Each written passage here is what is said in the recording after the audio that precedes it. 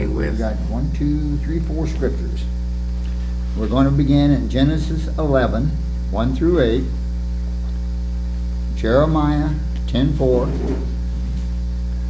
Revelation 18:4, Revelation 17:1 through 5.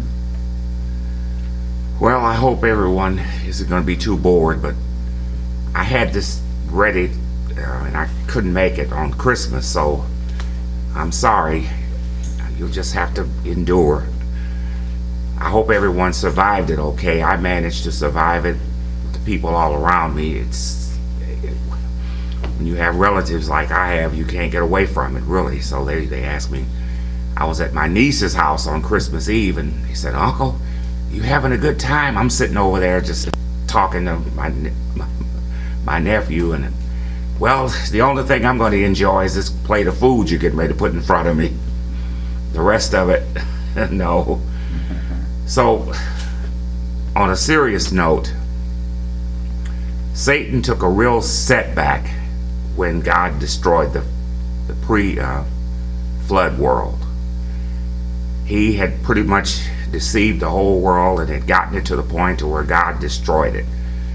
But Satan never gives up. He's never going to give up. So he decided after the flood to get busy and start all over again and to destroy God's creation, because his purpose always is to, whatever God has, whatever he has created, whatever he wants to do, Satan is determined to destroy it. So Dave, if you'll read the first scripture, please. Okay. Genesis 11, 1 through 8. Now the whole earth had one language and one speech. And it came to pass, as they journeyed from the east, that they found a plain in the land of Shinar, and they dwelt there. Then they said to one another, "Come, let us make bricks, and bake them thoroughly." They had brick for stone, and they had asphalt for mortar. And they said, "Let us build ourselves a city and a tower, whose top is in the heavens. Let us make a name for ourselves, lest we be scattered abroad over the face of the whole earth." But the Lord came down to see the city and the tower which the sons of men had built. And the Lord said, "Indeed, the people are one, and they all have one language, and this is what they begin to do. Now nothing that they propose to do will be withheld from them. Come, let us go down, and there confuse their language, that they may not understand one another's speech." So the Lord scattered them abroad from there over the face of all the earth, and they ceased building the city. Would you watch the clock for me, John, please? So what happened in this case, the foundation for all of these pagan holidays were laid.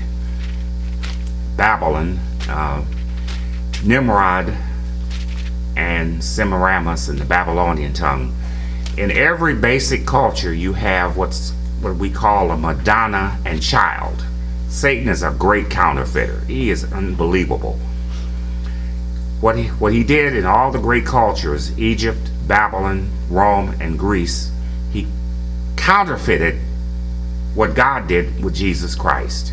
So what we had before Jesus was born, this so-called Madonna and child, which was in excuse me, I'm sorry.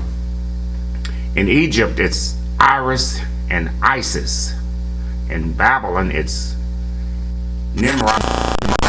So you had the foundation for what the Roman Catholic Church eventually picked up, and we'll get to that. So they eventually adopted all of these pagan symbols that you see around the 25th of December. It's a horrible mixture. You have Roman elements in it, Babylonian, Germanic elements.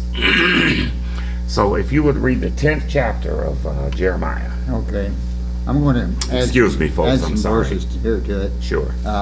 We'll start in Jeremiah 10:3. "For the customs of the people are futile, For one cuts a tree from the forest, the work of the hands of the workmen with the axe. They decorate it with silver and gold. They fasten it with nails and hammers, so that it will not topple. They are upright like a palm tree. They cannot speak. They must be carried because they cannot go by themselves.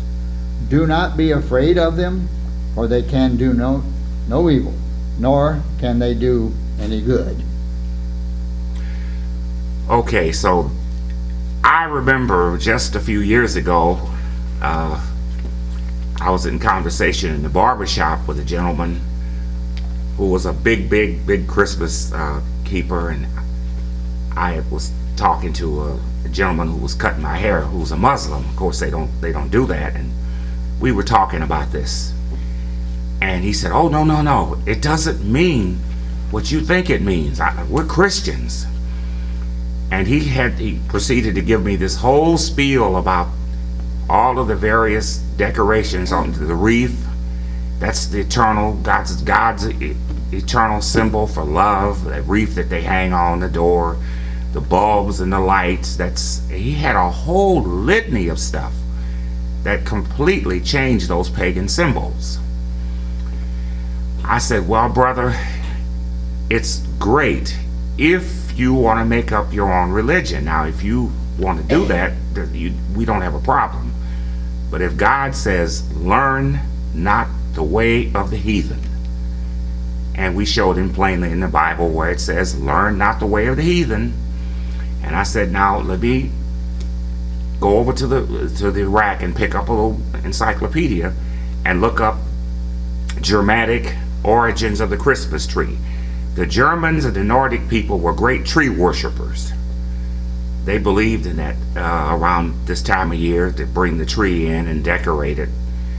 And when Constantine came along with his so-called Christianization of Rome, and eventually as the time moved along, all of those customs got changed. The original meaning of the sex symbols they so-called Christianized this.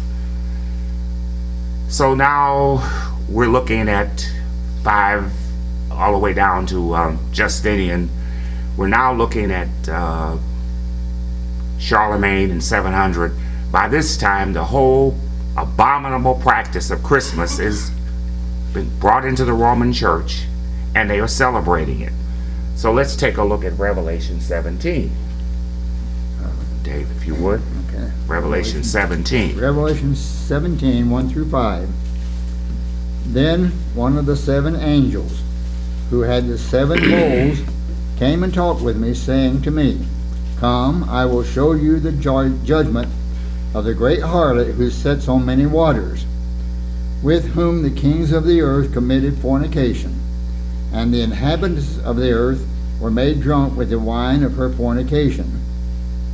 So he carried me away in the spirit into the wilderness, and I saw a woman sitting on a scarlet beast, which was full of names of blasphemy, having 7 heads and 10 horns. The woman was arrayed in purple and scarlet, and adorned with gold and precious stones and pearls, having in her hand a golden cup full of abominations and the filthiness of her fornication. And on her forehead a name was written, Mystery, Babylon the Great, the mother of harlots and of the abominations of the earth. Okay, there it is. The mother of harlots, well, the Protestants. You don't want to say that too loud around a lot of Protestants, because they don't believe that they adapted most of their practices from Rome. But you better be careful but they did, but they just don't want to admit it in many cases. I don't have time to go through the whole list, but we all know the Trinity, and we know about the Sunday, I'll just stop with those two, the big two. Those are the biggest ones among the so-called holy days, holidays that they took. So we have a system which was set up. We have eventually the kings became subservient to that church. The church was wealthy, it was rich, it was powerful, In many cases, it deposed kings and emperors. It caused a lot of serious harm, Spanish Inquisition among others. If you read Hislop's Two Babylons, which John and I are both familiar with, if you could get a copy of it, go back and look at the actual comparisons. It's unbelievable. All these symbols are given complete explanations, which I can't do here, but what you have here is a religion that has brought a total so-called Christian version of this and given it to the unsuspected, deceived people, because Revelation 12:9 says Satan has deceived the whole world, and that does include most of our brothers out in the street. That they don't know it, of course, but they are deceived. So our final scripture, Dave. Okay, Revelation 18:4. This is what we're supposed to do here. And I heard another voice from heaven saying, Come out of her, my people, lest you share in her sins, and lest you receive of her plagues. So God is going to eventually destroy that system, and he's offering all of us a chance to study, to learn, and to overcome it with the power of his Holy Spirit, and to reject it. It's tough. It's all around us, but we have to consciously fight against it so we don't give in to it.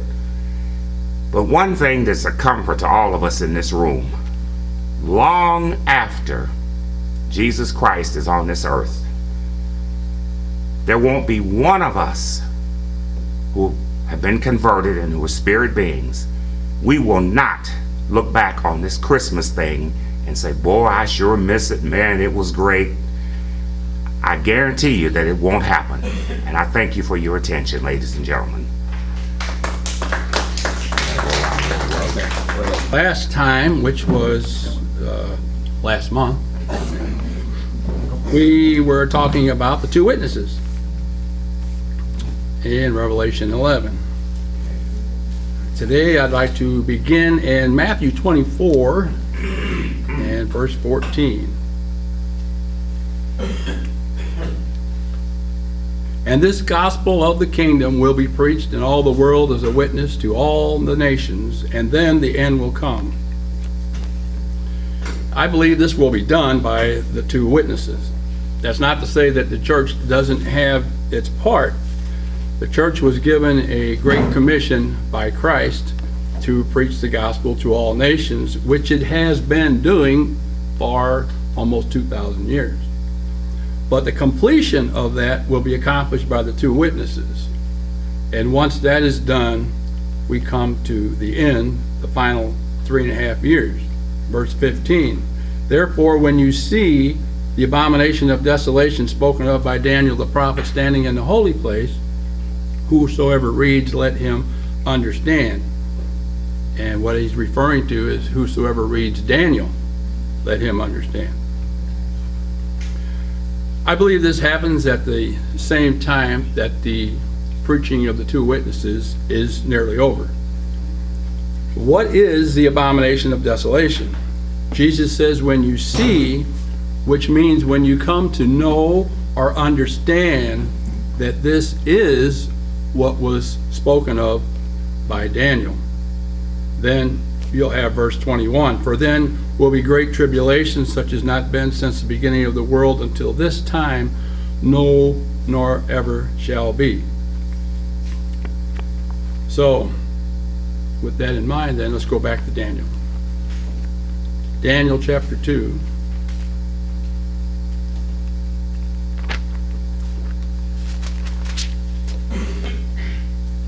And verse 40. And the fourth kingdom shall be as strong as iron, inasmuch as iron breaks in pieces and shatters everything. And like iron that crushes, that kingdom will break in pieces and crush all others. Whereas you saw the feet and toes, partly of potter's clay and partly of iron, the kingdom shall be divided. Yet the strength of the iron shall be in it, just as you saw the iron mixed with ceramic clay. And as the toes of the feet were partly of iron and partly of clay, so the kingdom shall be partly strong and partly fragile. As you saw the iron mixed with ceramic clay, they shall mingle with the seed of men, but they will not adhere to one another, just as iron does not mix with clay. And in the days of these kings, the God of heaven will set up a kingdom which shall never be destroyed, and the kingdom shall not be left to other people. It shall break in pieces and consume all these kingdoms, and it shall stand forever. So there was a fourth kingdom, and the end of this kingdom, after it would rise and fall several times, is represented by the 10 toes. And in the days of these kings, represented by the 10 toes, Christ will set up the kingdom of God. So with that in mind, let's go over to chapter 7. Daniel 7 and verse 7. After this I saw in the night visions, and behold, a fourth beast, dreadful and terrible, exceedingly strong. It had huge iron teeth. It was devouring, breaking in pieces, and trampling the residue with its feet. It was different from all the beasts that were before it, and it had 10 horns. Now here the 4 kingdoms are represented by 4 beasts. And again, you have the fourth beast with the iron and breaking in pieces everything. And it had 10 horns instead of 10 toes. Verse 8. I was considering the horns, and there was another horn, a little one, coming up among them, before whom 3 of the first horns were plucked out by the roots. And there in this horn were eyes like the eyes of a man, and a mouth speaking pompous words. So a little horn with a mouth speaking great things or pompous words. Verse 11. I watched then because of the sound of the pompous words which the horn was speaking. I watched till the beast was slain, and its body destroyed and given to the burning flame. So this little horn is a beast destroyed by fire. So what does this mean? Verse 15. I, Daniel, was grieved in my spirit within my body, and the visions of my head troubled me. I came near to one of those who stood by and asked him the truth of all this. So he told me and made known to me the interpretation of these things. Those great beasts, which are 4 kings, and the margin says representing their kingdoms, which arise out of the earth. So we don't have to guess much what it is. But the saints of the Most High shall receive the kingdom and possess the kingdom forever and ever. Then I wish to know the truth about the fourth beast, which was exceedingly different from all the others, exceedingly dreadful, with its teeth of iron and its nails of bronze, which devoured, broke in pieces, and trampled the residue with its feet.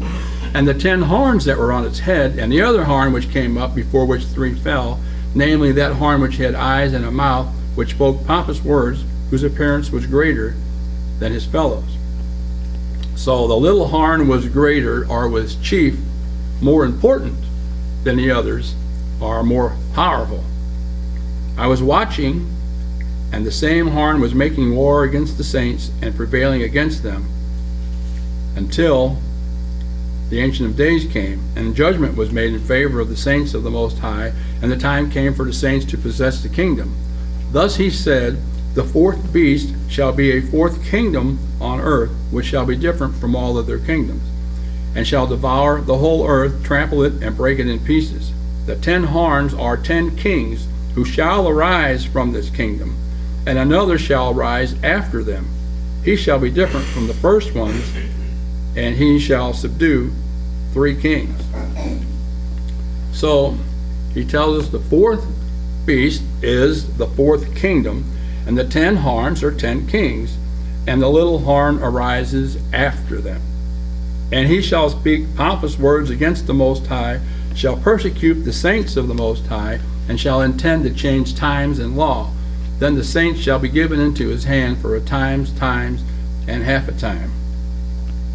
So the great words that he speaks are against God, and he will persecute the saints for 3.5 years. But the court shall be seated, and they shall take away his dominion to consume and destroy it forever. Then the kingdom and dominion and the greatness of the kingdoms under the whole heaven shall be given to the people, the saints of the Most High. His kingdom is an everlasting kingdom, and all dominions shall serve and obey him. So again, this happens at the end. Now Antiochus Epiphanes was a type of the little horn, a type of the beast. And you can read about him in 1st and 2nd Maccabees and here in Daniel. Daniel chapter 8 and verse 8.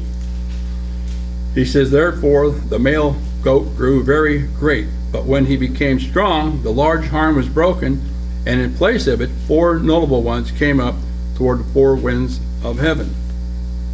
The interpretation, verse 21. And the male goat is the kingdom of Greece. The large horn that is between its eyes is the first king. As for the broken horn and the 4 that stood up in its place, 4 kingdoms shall arise out of that nation, but not with its power. So, verse 9. And out of one of them came a little horn, which grew exceedingly great toward the south, toward the east, and toward the glorious land. And verse 23. And in the latter time of their kingdom, when the transgressors have reached their fullness, a king shall arise, having fierce features, who understands sinister schemes. So, the little horn is a king. Verse 11. And he even exalted himself as high as the prince of the host, and by him the daily sacrifices were taken away, and the place of his sanctuary was cast down. The daily sacrifice taken away. Verse 24. His power shall be mighty, but not by his own power. He shall destroy fearfully, and shall prosper and thrive. He shall destroy the mighty and also the holy people. Through his cunning he shall cause deceit to prosper under his rule, and he shall exalt himself in his heart, and shall destroy many in their prosperity. He shall even rise against the prince of princes, but he shall be broken without human means. Again, this was Antiochus Epiphanes, who is a type of the end time beast. And we go over to chapter 11,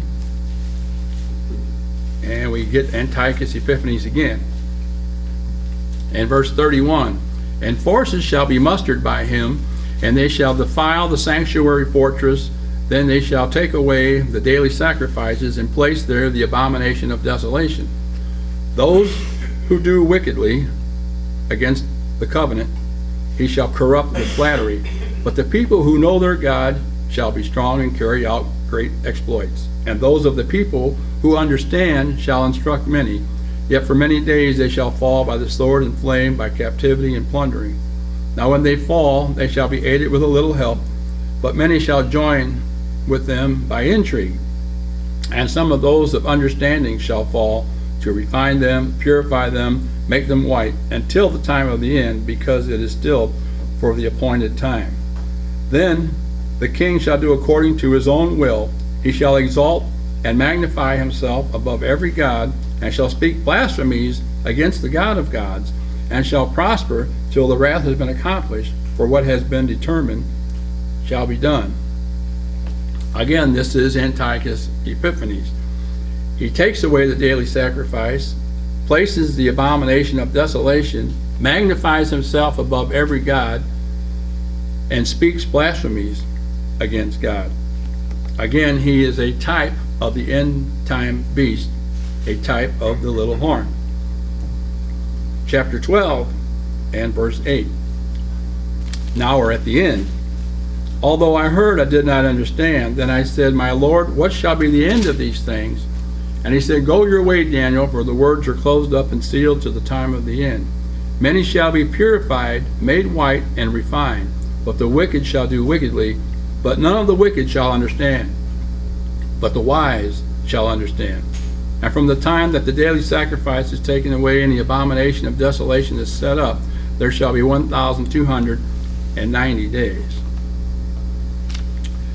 The abomination of desolation is set up, and the daily sacrifices is taken away at the end time, both at the same time. None of the wicked shall understand. they shall believe the lie, because they had pleasure in unrighteousness and refused the love of the truth. The wise will understand. One more scripture in Daniel in chapter 9, verse 27.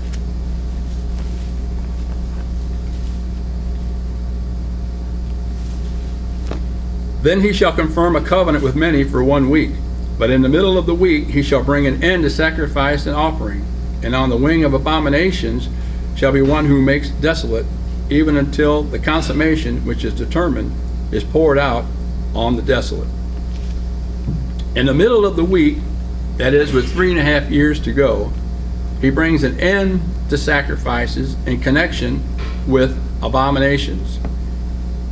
He causes the sacrifices to cease. How? Why? Well, Antiochus Epiphanes did so by defiling the temple. He sacrificed swine's blood on the altar and set up a statue, and his name meant God manifest. And like a lot of people do, he chose his own name. That was the name he chose for himself, was Antiochus Epiphanes, which meant God manifest, God revealed, I'm here. That's what his name meant. This beast, this little horn, at the end time, this king will also defile the temple. 2 Thessalonians in chapter 2.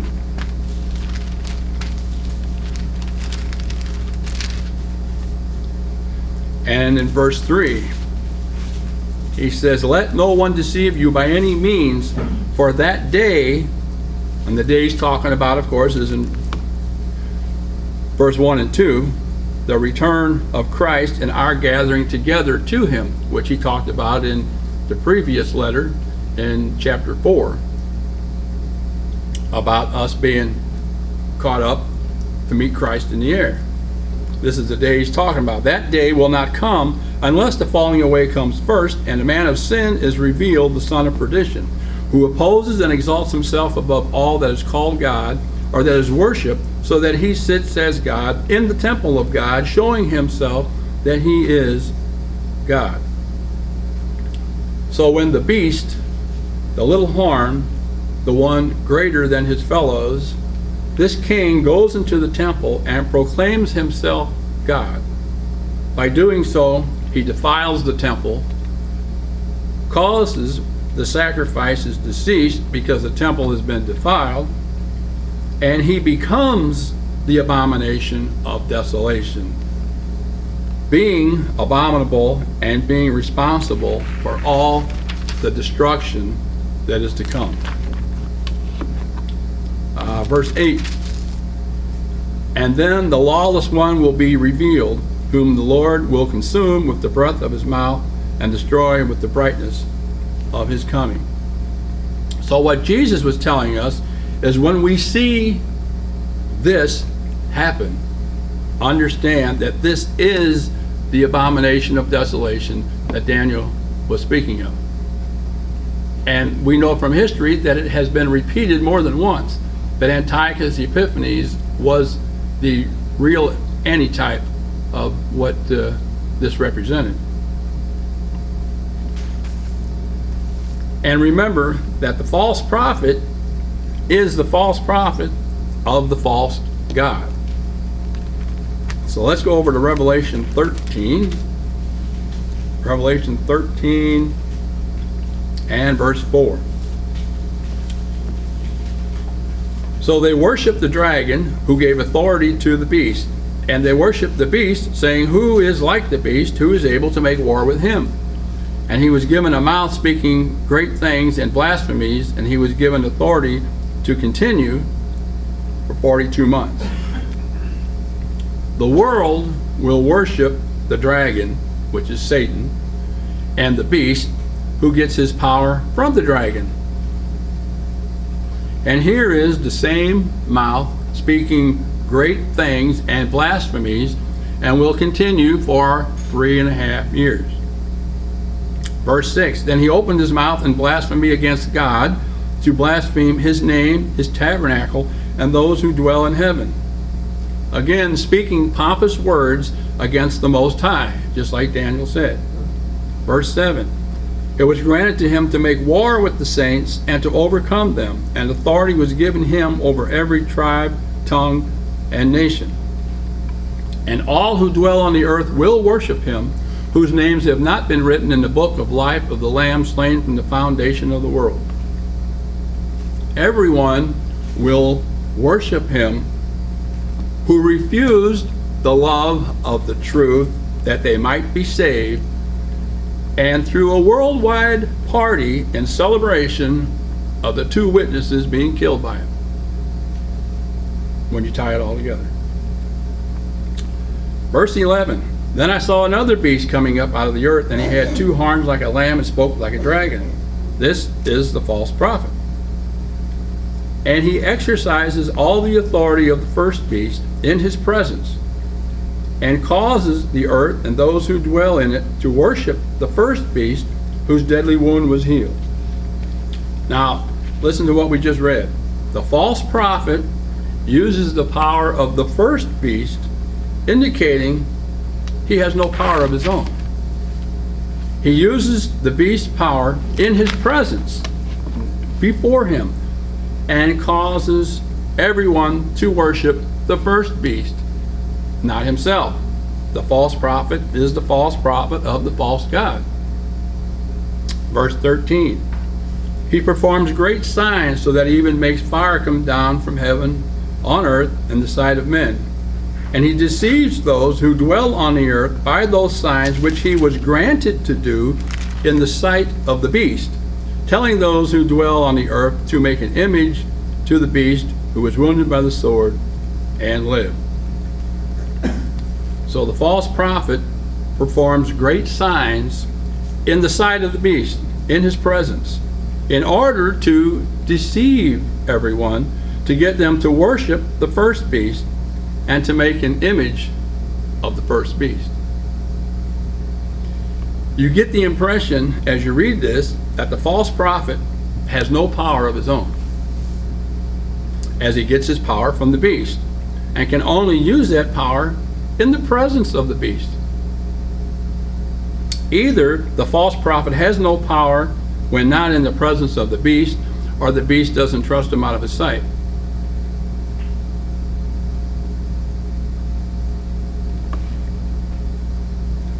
Verse 15, and he was granted power to give breath to the image of the beast, that the image of the beast should even speak, and cause as many as would not worship the image of the beast to be killed.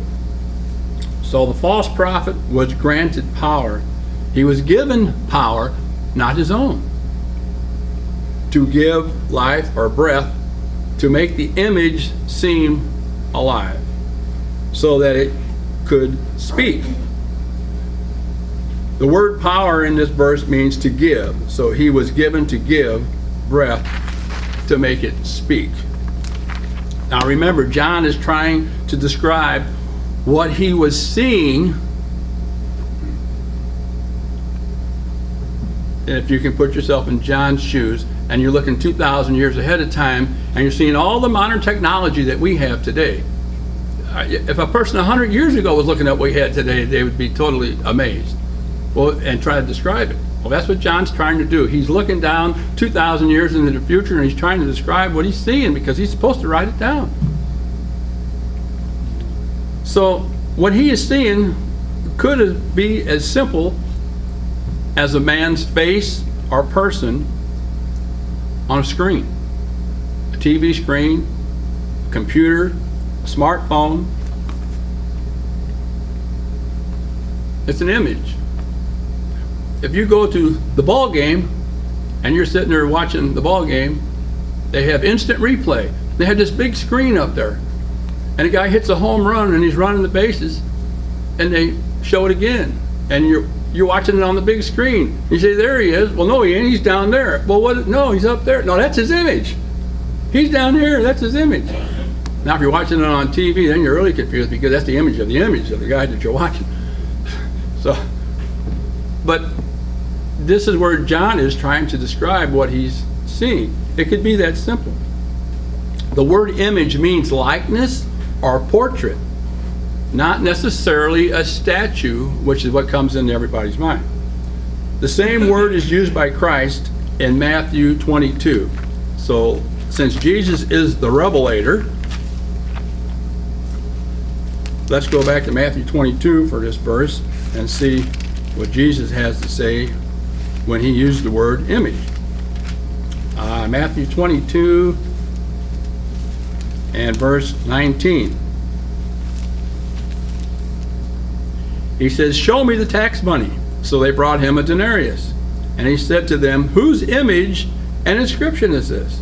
They said to him, "Caesar's." And he said, "Render therefore to Caesar the things that are Caesar's, and to God the things that are God's." It was a coin. Whose image was on the coin? Caesar's. A likeness or a portrait of Caesar's. So if you take $1 out and you look at it, whose portrait is on there? It's got a portrait of Washington, an image, a likeness of him with his name on it. Now, I know they say money talks, but not in this case.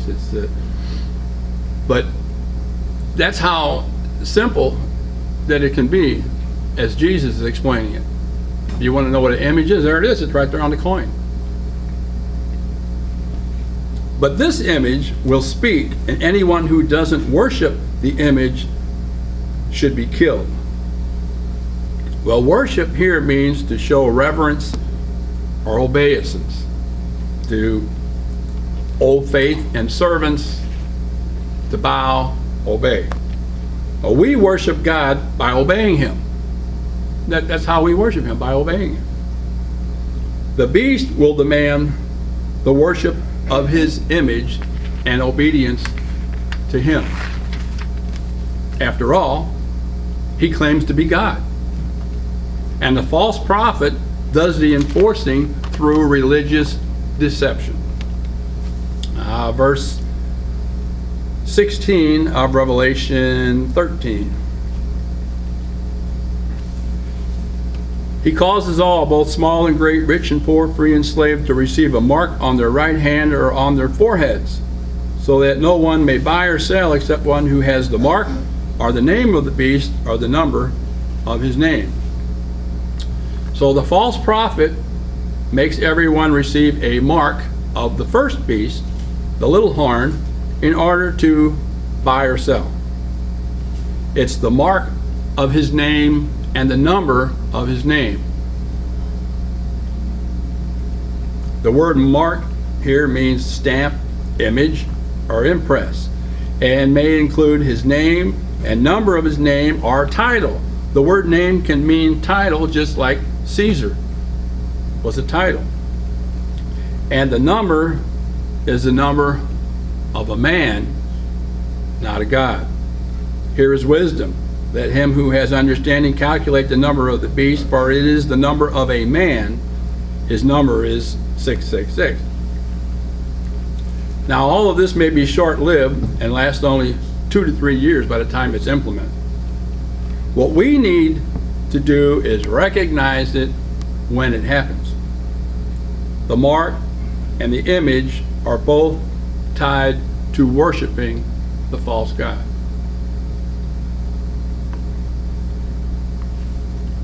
The mark is tied to worship. Remember that.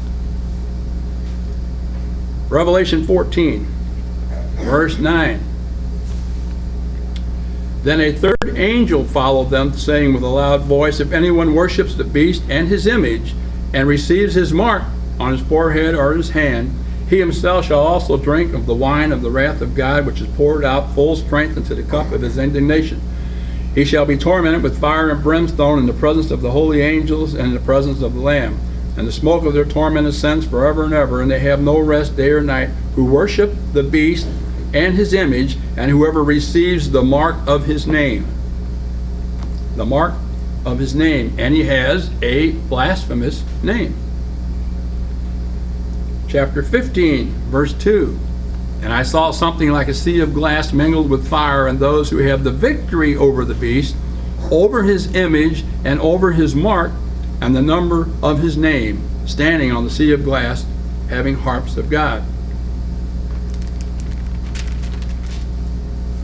Chapter 16 and verse 2.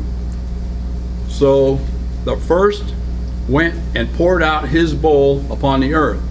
This is the first of the 7 last plagues. And a foul and loathsome sore came upon the men who had the mark of the beast and those who worship his image. And then chapter 19 and verse 20. Then the beast was captured, and with him the false prophet who worked signs in his presence, by which he deceived those who received the mark of the beast and those who worshiped his image. These 2 were cast alive into the lake of fire, burning with brimstone. So the false prophet worked signs in his presence to deceive. So again, it's all tied to worship. And chapter 20 and verse 4.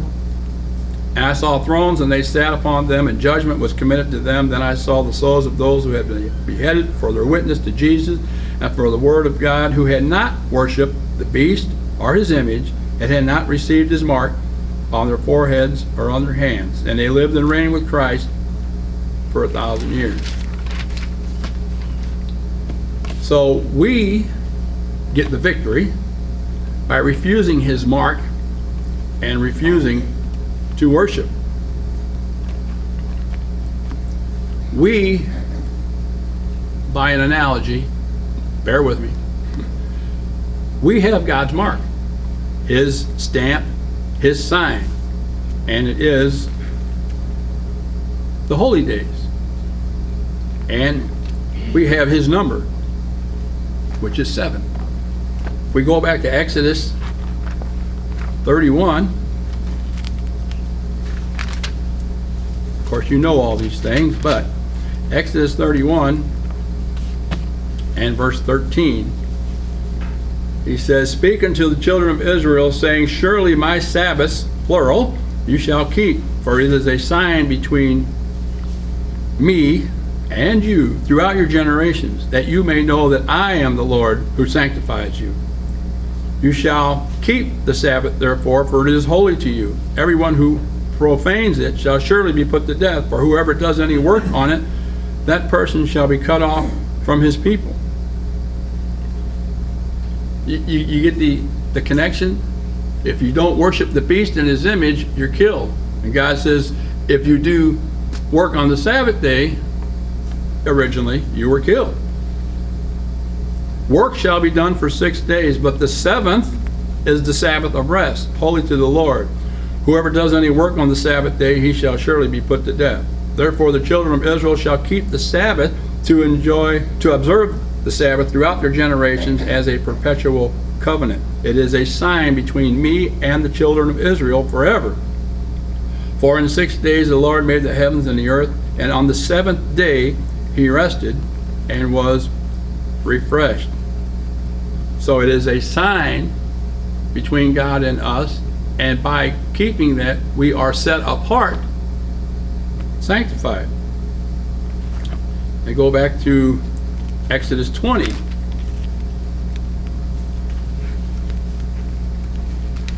Exodus 20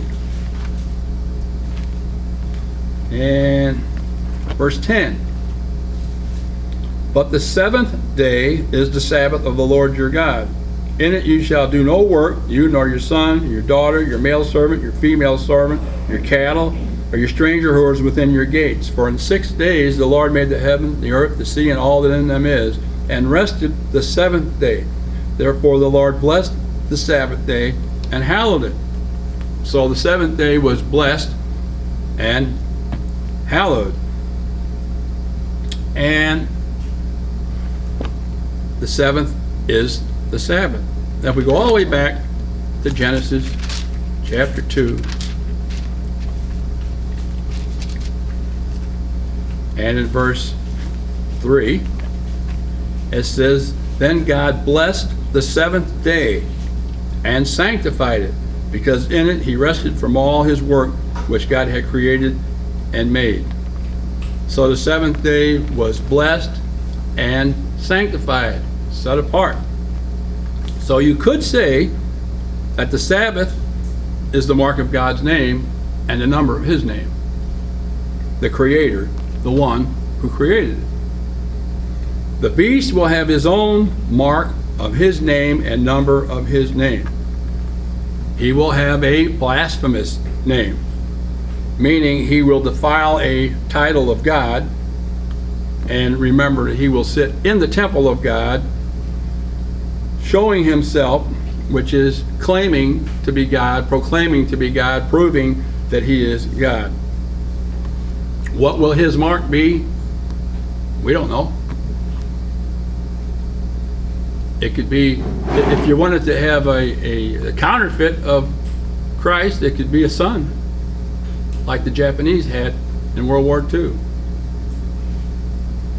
Or it could be a triangle, 3 sixes, representing the unholy trinity of the beast, the false prophet, and Satan. He'll come up with something.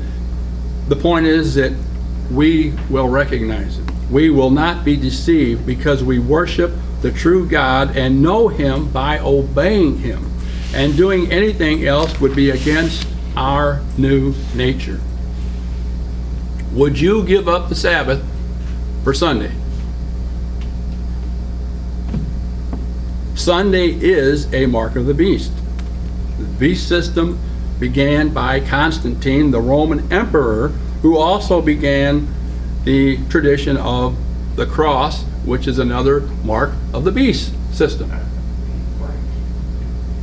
Remember, he will seek or try to change times and law, set time. So what would be more obvious than enforcing what has already been changed and is now normal for the majority? Sunday and Easter. Would you give up the new covenant Passover for Easter? Remember that it was Constantine, the Roman emperor, who called the Council of Nicaea and presided over it when Passover was officially changed to Easter, and enforced it by punishing the leaders who refused to go along with it.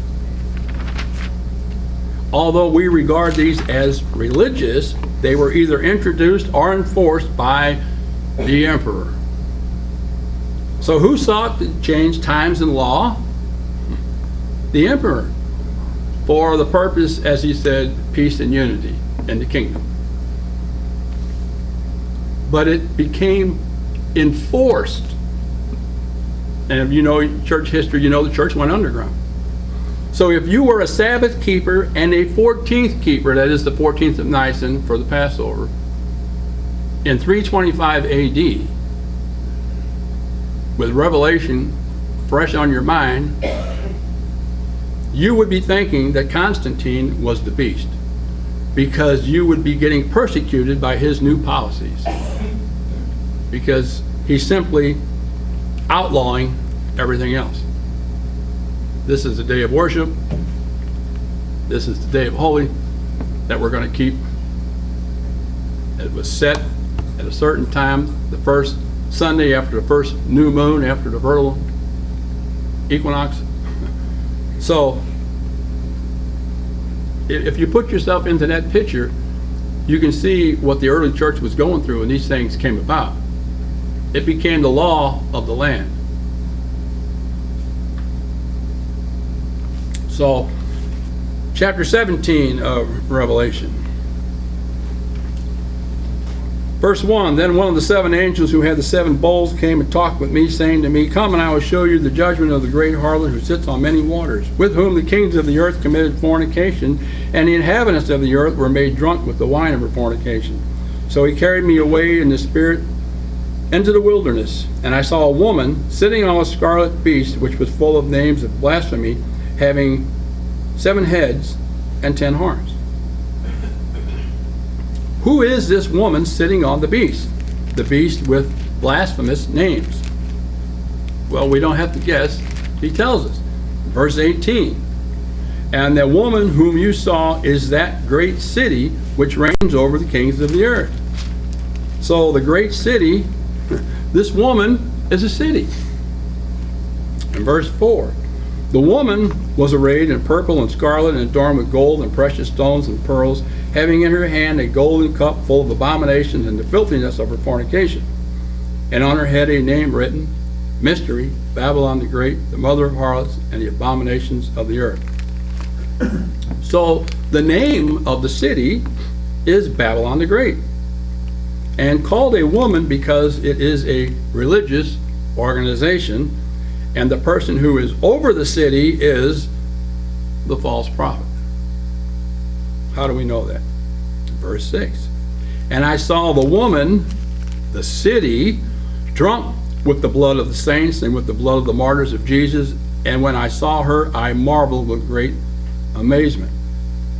But who is responsible for the blood of the saints and the blood of the martyrs at this time? We just read that. The false prophet. Revelation 13:15, and he will cause as many as will not worship the image of the beast should be killed.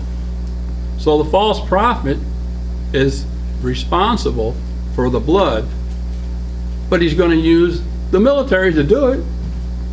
He's going to use the authorities. You're not going to see the false prophet going around killing people, but he's the one that's responsible, because he's responsible for the deception that cause everyone to worship the beast and his image.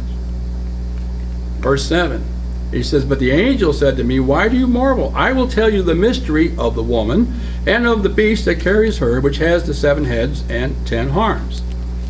So the beast carries the woman, which means to bear her up or to support her. The city is supported by the beast. The woman doesn't tell the beast what to do. We know that from the other scriptures. The woman, the city, has no power. It's the woman, the city, used by the false prophet to deceive the world, and he gets his power from the beast. The beast being the little horn, and the kingdom he is in charge of. Verse 8, the beast that you saw was, and is not, and will ascend out of the bottomless pit and go into perdition. And those who dwell on the earth will marvel, whose names are not written in the book of life from the foundation of the world, when they see the beast that was and is not, and yet is. The same beast from Revelation 11:7 that rises out of the bottomless pit and kills the 2 witnesses. Verse 9, here's the mind which has wisdom. The 7 heads are 7 mountains on which the woman sits.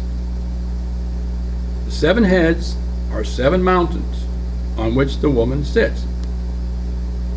But wait, we just read that the woman is sitting on a beast with 7 heads.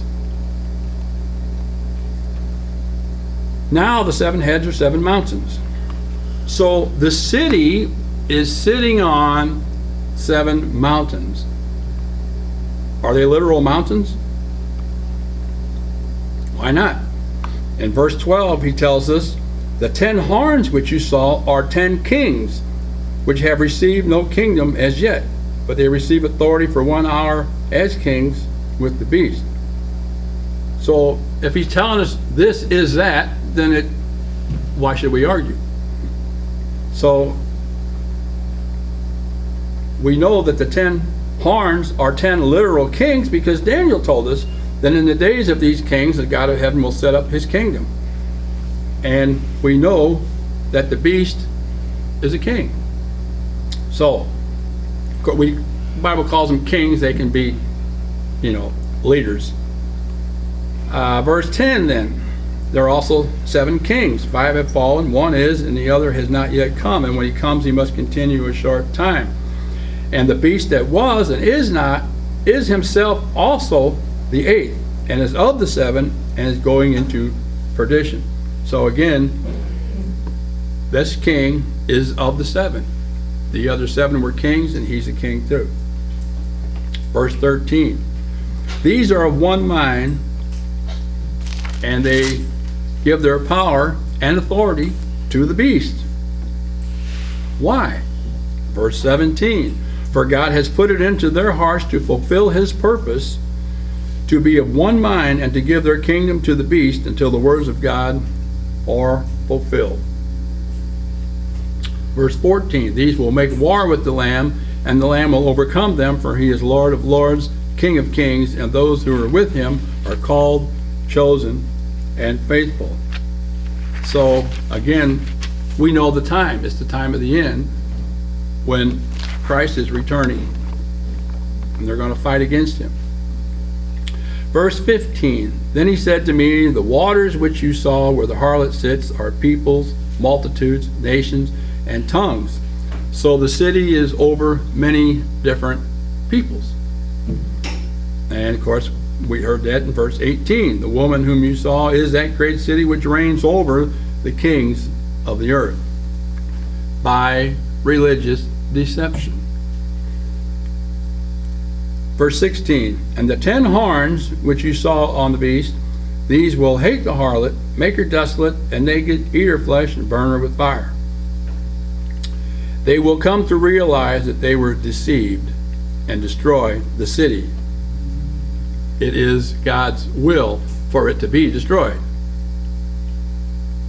Now, these prophecies are full of symbolism. And when we read about the beast, sometimes it refers to the king, sometimes it refers to the kingdom that he is over. Anciently, the kingdom was called the Roman Empire, with the capital being in Rome for many years. Is it possible what John saw at the end time was a city sitting on 7 mountains, and those 7 mountains were on the beast? John knew all too well about Rome. He lived in the Roman Empire, and he was banished to the Isle of Patmos by the Roman emperor. Rome sits on 7 hills. It was the seat of the beast. Now at the end, will this city once again be the seat of the beast? Will the beast and false prophet rule from Rome?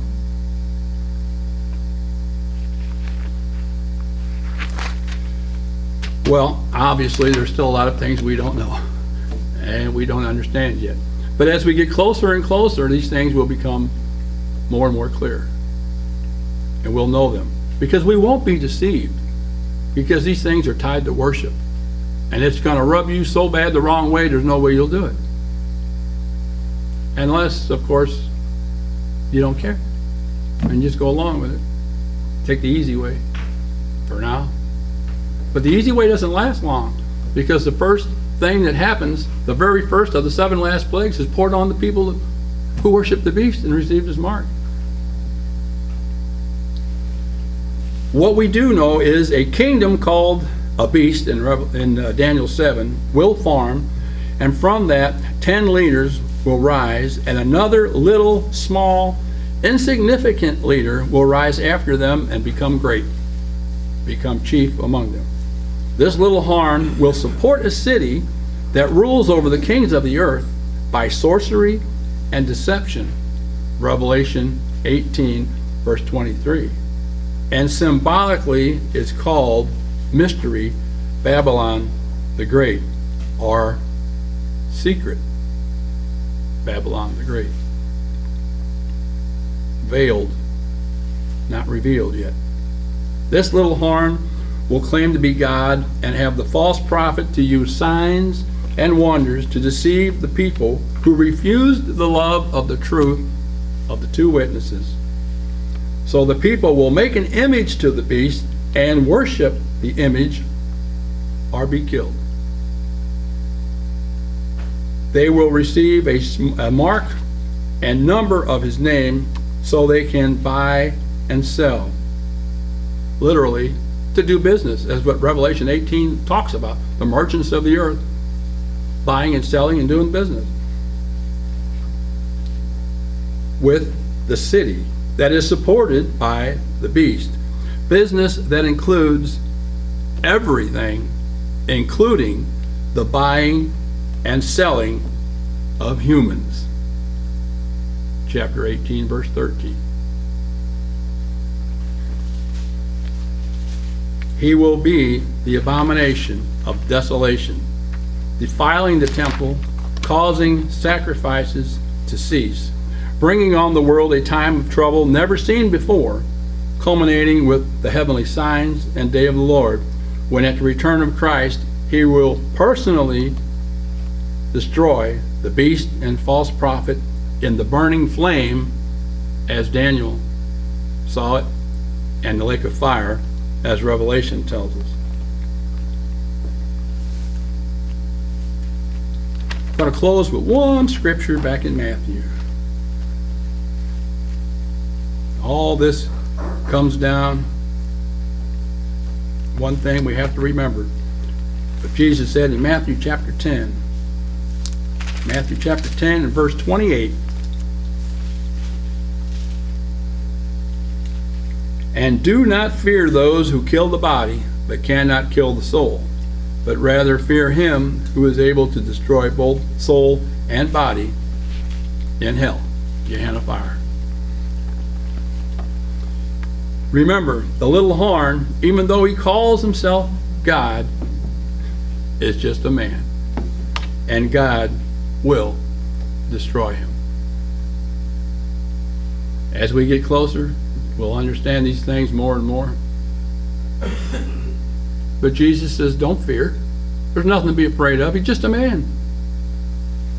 His number is the number of a man. He's going to call himself God. He's going to do all sorts of things. And the whole world is going to worship him and wonder after him and marvel after him, thinking that he is God, because they refused the love of the truth that God presented through the two witnesses. And God's going to let them believe the lie and suffer the consequences. But to us, he gave the calling, he gave the truth, he gave the understanding. So when we see these things, we'll recognize them. We won't be deceived. There is no way anybody here is going to worship the beast or his image. You'll know it when you see it. It'll rub you so bad the wrong way, there's no way you'll do it. There's no way you're going to drop down on your knees to worship anybody other than God.